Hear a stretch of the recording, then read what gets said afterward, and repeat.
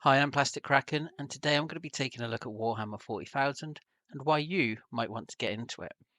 We're also talking about where you might want to start, even if you're just interested in the lore or if you're interested in the sort of gaming side of things. So, in terms of reasons to get into the hobby, then that's going to be our starting point.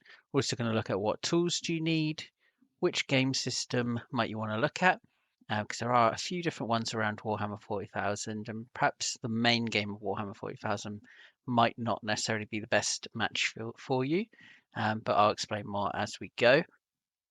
What definitely you should not do, and then also where to begin. So, starting out, some reasons why you might want to get into the hobby. So, first and foremost, the setting is amazing. The grim, dark future setting. This is not a world in which any of us would really want to live. Anyone who does is probably a little odd because it's just a nasty, horrible place in the future where war is really the main order of the day, every day of the week. Um, but it's a fantastic setting. There's loads of great characters and stories within this universe, and it's something that really has something for everyone, I think. There's also fantastic communities and resources around Warhammer. So everything from painting tutorials to battle reports, to, people playing games that they filmed and sort of talking you through what they're doing, tutorial videos, lore videos. There really is just a wealth of content out there on YouTube, and there's some really great people in this space who, are just there putting out content for you to absorb, really. Then, of course, you can look at the fantastic miniatures and armies that are within the game. There's nothing better than having a really nice, beautiful collection of miniatures. There's probably an army for everyone, or at least an army for everyone. That's how things tend to start, but that might not necessarily be how you keep going. You may find that you before you know it, you've got a couple of armies on the go. Um, but yeah, the miniatures are obviously what draw a lot of people in. Um, the dice then here really represent, uh, you know, rolling dice with your buddies, um, having those sort of uh, just chill experiences with your friends. But then there's also sort of like narrative play where you might tell a story over a game or several games. You might take part in competitions, competitive games or tournaments. Um, and then you've also got the media sort of outside of the hobby side of things, so video games, and soon we'll have TV shows and um, films to look forward to as well. We've already got some great animations in the space as well, so there's plenty to sink your teeth into in this setting, and there's certainly more to come. You then also have like the Black Library, which is a vast collection of books that Games Workshop put out about the setting. So all various factions and characters and stories are all explored greatly in there. And there's more than you could ever read, really. So yeah, there's just tons and tons of great content out there. I also put in here like mental health because I think it is something that comes up time and time again with this hobby, that it does seem to help people with their mental health. Just having that quiet time, focusing on modeling. It is mainly the hobbying side of things where this comes up. But I think it's worth mentioning. It's certainly something that has helped me with, and something that may benefit you as well if you need a bit of time just to de-stress and work through something. It's a great hobby for that. So in terms of the tools you need then, the first page here really has like the absolute basics. So the things that you really do need on some level. So first of all, clippers. First thing not to do really here is don't go out and buy the Games Workshop ones because they are ludicrously expensive for what they are. You just need a simple pair of clippers. You'll find these on Amazon or pretty much anywhere really. And you're just looking for a nice sharp clipper with a flat edge. You'll be able to see reviews. I've got a picture of like the sort of kits that you can find here on Amazon. It gives you all the sort of files and clippers. Uh, Yeah, just blades, things like that that you would need. So really clippers, you need a mold line remover or a hobby knife. A mold line is just lines that appear on the model as part of the process of making them. It's inevitable, but Games Workshop more recent kits are really good at hiding those for the most part. But there's always going to be some element of you just needing to remove them. It's super easy to do, and there's plenty of videos that show you how to do it. But yeah, you will need some sort of tool for that. I prefer to use a mold line remover. A lot of people choose to use just a simple hobby knife. I personally don't use a knife, and it's led to me never cutting myself. Um, but lots of people prefer a knife to get a nice clean finish on there. Again, you don't need an expensive mold line remover or hobby knife. Spray primer. So this is just simple spray can. That will make the paint stick to the model better. They also come in a range of colors. So perhaps if you were in the hobby back in the day, you might be used to just black or white. Those are still the most popular options, but you can just, if you're painting in a red space marine, for example, you can just spray them red to just get the majority of the color done nice and quick. Um, or a popular option is to spray something black and then white on top. So that's called a zenithal highlight if you want to look that up when you get to the painting side of things. But essentially, being able to spray your models will allow you to start painting them much quicker than if you try and apply that paint directly to the model from the pot. It's not going to stick to the model very well at all. It's going to take a long time to build that up. It's just a hell of a lot easier if you just use the primer. So trust me on this one. You're then obviously going to need some paints to paint your model. You don't need every color in the world, to be honest, and I wouldn't go buying um, Games Workshop sets of paints where your assumption is that you're going to be saving some money, because that's not the case. They do just bundle a load of paints together and you don't save anything. It's more sort of implied to you, maybe perhaps that you might save some money there, but you don't. Um, However, companies like the Army Painter do some great little starter sets.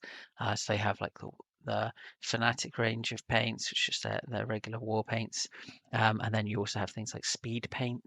Um, Speed paints are just more for just like quickly slapping on the paint, and it kind of does like a highlight for you and does the darker areas darker um, as well. So that could be a good starter set for yourselves there. But yeah, you'll need some sort of paints, and I'd advise just getting the ones that you need when you're starting out. So perhaps watch a tutorial for the model that you're going to be painting, um, and just perhaps get those paints to start with at least while you're starting out and making sure that you actually enjoy painting before you go spending loads of money on every color under the sun. You're also going to need some sort of water pot or mug. Um, I prefer having like a dedicated water pot myself because then you're not going to pick up your mug by accident and accidentally take a sip of some beautiful water with paint in it. But you can just use a simple old mug you got laying around. That's absolutely fine. It's mainly just for use for just cleaning off your brushes. And then these are some nice to have things. So a dry brush. Now a dry brush is essentially a bit like a makeup brush, but good ones will be quite. Uh, I suppose I don't want to use that stiff, but almost that. Um, Essentially, they dry brushing is a very quick and easy technique for getting models painted fast. It'll come up in a lot of tutorials that you might watch about how to paint different models, and it's just something that's really nice to have. It can give you a quick, decent effect on models, and so yeah, just picking up a simple dry brush will go a long way. I also recommend that you get a lamp and preferably one with a daylight style bulb. I'll put some information about that in the description.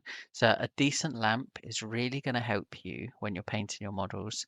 Um, if you paint without good lighting, what's going to happen is when you look at that model again in decent lighting, you're going to see all the bits you missed. And believe me, there will be a lot. You're also not going to see colors accurately and shadows and things accurately if you haven't got a decent light lighting up the model when you're painting it. So just a desk light with a light bulb that's matching daylight. It's really going to go a long way to helping your paint. Also, you won't be straining your eyes and things like that if you're trying to otherwise paint in a darkened environment. That's not going to help anyone. Then also a painting handle. So painting handle is just simply a handle that will grip your model for you while you're painting it. It just allows you to sort of turn it at better angles and things like that, and makes for an easier painting experience than trying to hold it by the base the entire time. Next up, I've got a silicone surface. It's just something that you can put down and paint on. You will thank me when you spill your first paint and it doesn't go all over your nice wooden table, your dining table, your desk, and instead goes on something that you can quickly clean up and carry on with your night, not having ruined a piece of your furniture. Next one is brush soap, as it's essential for keeping good quality care of your brushes. You do just need to keep them clean. I may not have mentioned on the previous page brushes actually, but yeah, you need some brushes. And I would recommend, a lot of people say that the Citadel ones are overpriced, and I would say that I agree with them generally. However, in a lot of painting videos that you watch, they will refer to the size of brush that they're using. They will be using Citadel brushes, and they will say, this is a small airbrush, or I'm using the medium base brush now, and stuff like that. And so, if you want to follow along with them, I do think it is helpful early on to have those brushes, so you know exactly um, what they're using. Once you become a bit more experienced, you don't have to necessarily use the exact brush that they use, and you'll be able to get your own sense of what you're comfortable with. Um, but definitely, I think starting out and following along with tutorials a little bit just to give you that initial confidence in your painting will go a long way towards just helping you make sure that you're doing things correctly. Um, yeah, anyway, so the brush soap will help keep those clean and just help you take better care of your brushes so you're not having to replace them from having dirty brushes essentially. A paint pot holder, so that's this little grey thing here with the sort of three circular bits in it. So that I have this, it's really, really good. It's not, when I first saw it, I was like, what's this going to do? But it is a great little product because you can have just a few paints that you're using at the moment, pop them in this, and the amount of times this has saved me from knocking over a paint. If I didn't have this, they would have 100% knocked over. But in this, they're much more sturdy, stops them from being spilt, and it's just a lifesaver for that. So, yeah, something like that that can just hold your paints for you when you're using them, because you might think you just pop it down on your desk. Believe me, it's so easy to knock it over. So if you've got something that just holds it in place, that is a great, great thing. A wet palette is the last one. So here I've in the army painter one, you can find videos on YouTube of how to make one yourself using some common items that you may have. So you might not even necessarily need to buy, the one once in the shop or anything like that. But it is quick and easy. This army painter one, just to get up and running and not have to go and create your own one. Uh, However, this is a great product because essentially it will help you with making your paints last longer. So you take it from the bottle, you pop it onto the wet palette, and it just helps you, like helps your paint go further essentially, and helps with like mixing the paints and things like that. You don't want to be applying paint straight from the pot unless you are using like a speed paint or a contrast paint if you're using Citadel paints. Now, in terms of starting the actual gaming side of things, then, and what you might want to pick up. So, there's really three avenues to get invested into Warhammer 40,000. The second and third one are much more closely aligned, but I'll speak first about these because if you are brand new to Warhammer, you might not necessarily know about these. So the first one then is Kill Team. So Kill Team is still taking place in the Warhammer 40,000 universe, but instead of having like a big army, it's more about sort of special ops teams, so a small group of models going up against each other, fighting these sort of tactical battles and sort of like stopping wars before they even start, like going in. You're doing this little sneaking mission. You're infiltrating this thing, taking out the enemy team. Um, that's sort of like the flavor of it, I guess. Now, what's good about Kill Team from that point of view is you're not having to spend loads and loads on a huge army. You just have your individual models. It's much quicker to play than a full game of Warhammer 40,000 is. Um, and it also takes up a lot less space in terms of like the actual board that you will be playing on. So yeah, something that when I was getting into it, I think if I'd known about Kill Team initially, I would have got probably into that first and not invested quite so heavily perhaps into Warhammer 40,000 and collecting lots of different things. It's also particularly good if you are interested in lots of armies. You can pick up uh, just a team for each faction rather than trying to collect 2,000 point big armies of Warhammer 40,000, which is the sort of points limit that most games are played in. So that's I'll talk a little bit more about how you'd get started with Kill Team in a bit, but that's just the overview of what that's about. You then have Combat Patrol, and Combat Patrol, the way that that is sort of marketed, I guess, is that you pick up the one box for your faction. So here we have like Chaos Space Marines Combat Patrol, for example. You buy that, and then you can go up against other people's combat patrols. So if your friend bought the Tower one here, for example, you could fight against them, and it will be relatively uh, evenly matched. The rules for this game are essentially the same as Warhammer 40,000, with a couple of little differences, and mainly in terms of the units, so the actual stats for your models are a bit different to what they would be in the full game, just to try and balance them out a little better at these points levels. So generally speaking, this is about a 500 point game if you're playing Combat Patrol. That varies wildly, but essentially the teams are uh, somewhat balanced against each other. Now, Warhammer 40,000 then is played at a much higher level. So you would play more likely either 1,000 points, 1,500 points, or most commonly 2,000 points.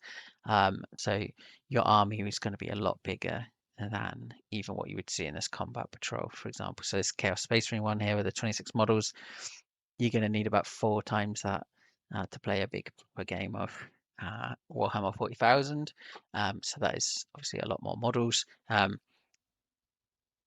Yeah, that's Warhammer 40,000 tends to be the first thing people hear about, but it might not necessarily be the thing that you're most suited to. So if you would rather just get playing quicker, you want less models than that, something like Kill Team might be better for you than the big 40k experience. However, if you're wanting to get involved in like tanks and huge armies, then Warhammer 40,000 is definitely the way to go. And I'll speak a little bit more in just a second about how to get into it. But first, I think it's just very important before you do anything else to know what not to do. So when it comes to not what, sorry, let's try that again. So when it comes to what not to do, there are some real simple things here which I think you should follow. First things first, don't go into your local Warhammer store and just start buying random things. Okay, you're going to be paying more for it than you need to. You're probably going to get talked into buying something that might not necessarily be the best purchase for what you want to do. And you, I suppose at the end of the day, when you walk into a Warhammer store and you don't know anything, you're going to be a little bit easy to be taken advantage of, really. And I'm not saying that their staff will necessarily do that, um, but there is that option, that potential, I suppose, there for that. And I'd rather you had a better understanding before you went into there and got taken advantage of. So don't just go wandering into your local Warhammer store just yet. Don't go buying a ton of paints. I already sort of covered that, but don't go buying a ton of paints. Particularly, there's so many different types of paints, that you're best to just do a little bit of research first, just get what you need, um, and don't waste your money buying lots of colors that you might not necessarily even be using. Um, Also, don't just go and buy a whole army willy-nilly, um, and especially don't just go, well, what's the strongest thing I can buy?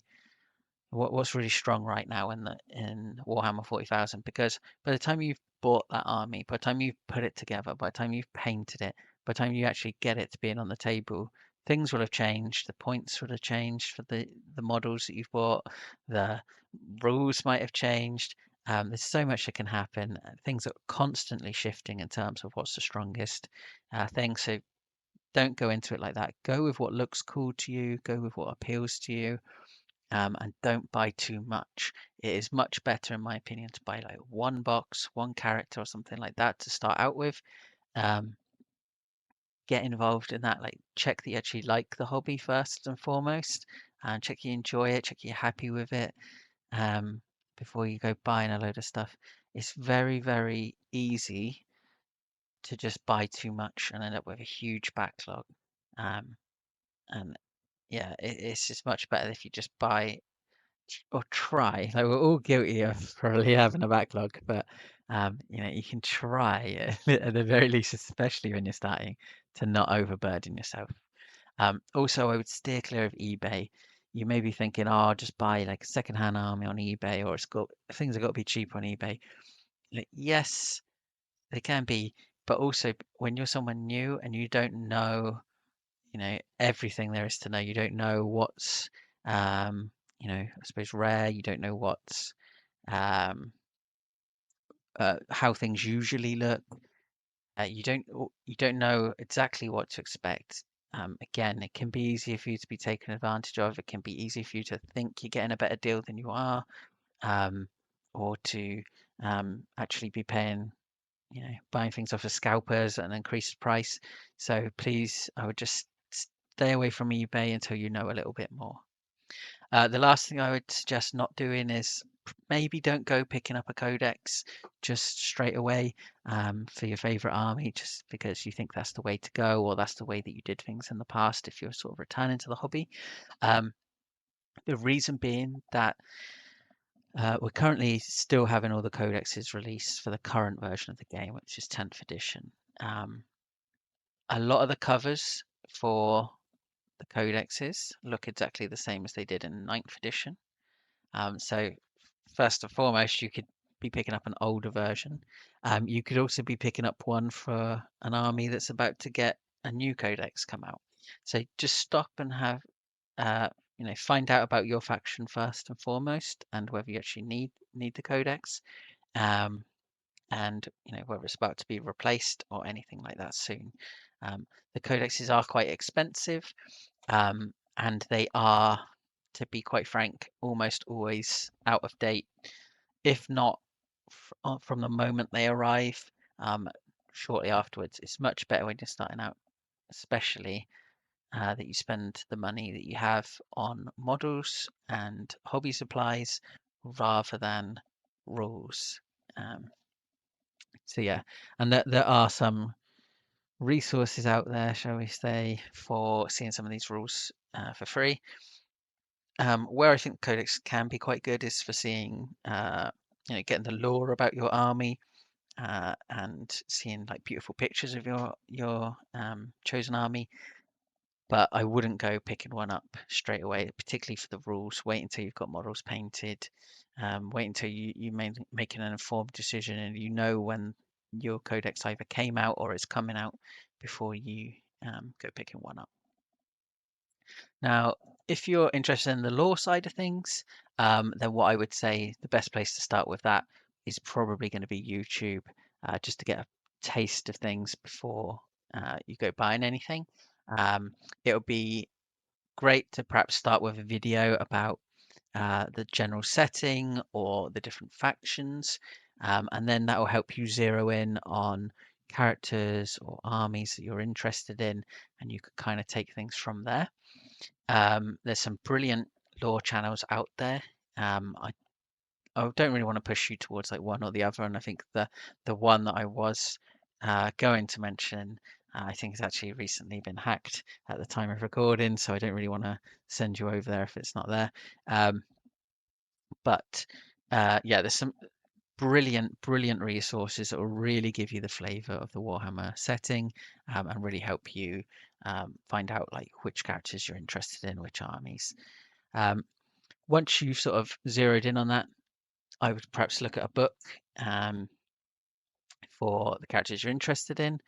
If you just want to pick something up today, you know, you're not too sure what you want to pick up. The Eisenhorn novels, for example, are ones that people always say are very good.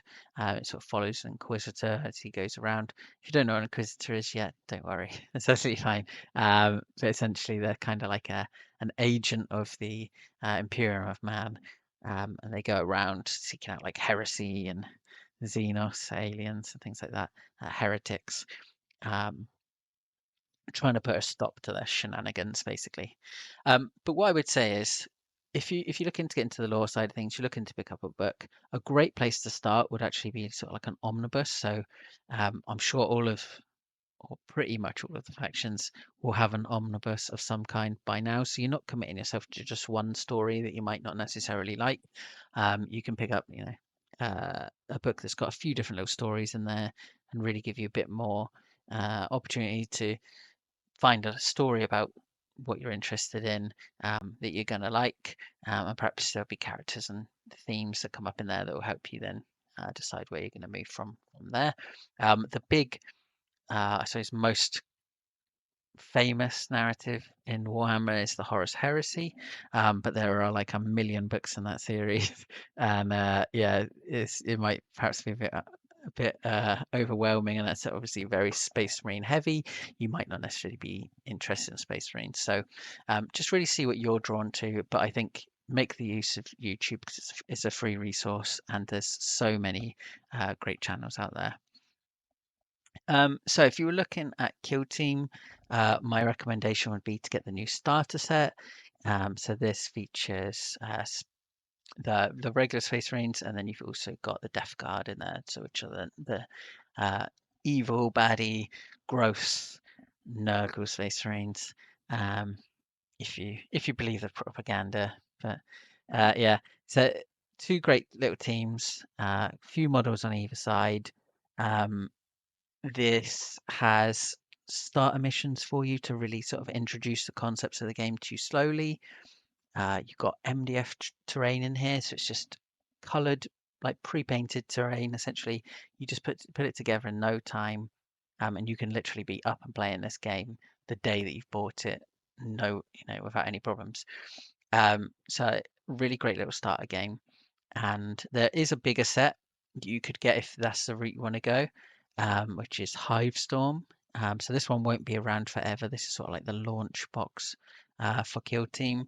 It features two slightly larger teams than what you get in the starter set, um, and a lot more terrain, which is plastic, so you have to put it all together yourself and um, paint it all yourself and things like that. The models that you would get in Kill Team as well are going to be a bit harder to assemble than the ones you would get in the starter set. So I do think the starter set is the better product for someone starting out in the hobby. Um, but do your research, see what you like. If you don't necessarily like Space Marines, maybe the starter set isn't for you, and you might want to look at Hivestorm instead if you like the factions there. Um, Hivestorm does come with like the full rule book, and this sprue which has equipment for the teams on it, which is helpful, and some cards for playing the game. I don't want to overload you with too much information here, but yeah, essentially all you need to know is starter set would be the best place. It's a lot cheaper. It's around about £67, I believe, in the UK, but you can get it cheaper from third-party retailers. So if you go to your local shop, if you look at like Element Games, Alchemist Workshop, or whichever their sort of equivalents are in your country, you should be able to find them at a nice discount compared to the prices you would pay at Games Workshop. So yeah, that would be my recommendation for where to start with Kill Team. If you're looking to start with Combat Patrol, then perhaps just pick up the combat patrol that most interests you. That's probably the best way to do it. It's really, um, one of only two options. So you can either do that, or you can get the Combat Patrol magazine, which currently is only in the UK, which is essentially like a subscription set that gives you 9 different combat patrols. Um, Personally, I think that's going to be quite overwhelming for a new person, and you won't probably know the speed at which you can build and paint models. So having weekly magazines turning up might be a bit overwhelming for you. So probably just buying a combat patrol that interests you would be best. I did put though, however, that if you're interested in just the Space Marine Combat Patrol or the Tyranids Combat Patrol, do not buy those. There is a better uh, path, I suppose, to getting those than just buying the Combat Patrol. You'll be paying over the odds if you do it that way. Um, so the better path is this Ultimate Starter Set for Warhammer 40,000, which is also my pick for what you should buy if you're wanting to get into Warhammer 40,000. It comes with a core rule book, and it comes with what is essentially the Space Marine Combat Patrol and the Tyranid Combat Patrol, all at a much better price than if you just bought those two items separately. This is the absolute best way that you can currently get into Warhammer 40,000, hands down. If you're not interested in those factions, okay, you're going to have to go a different route.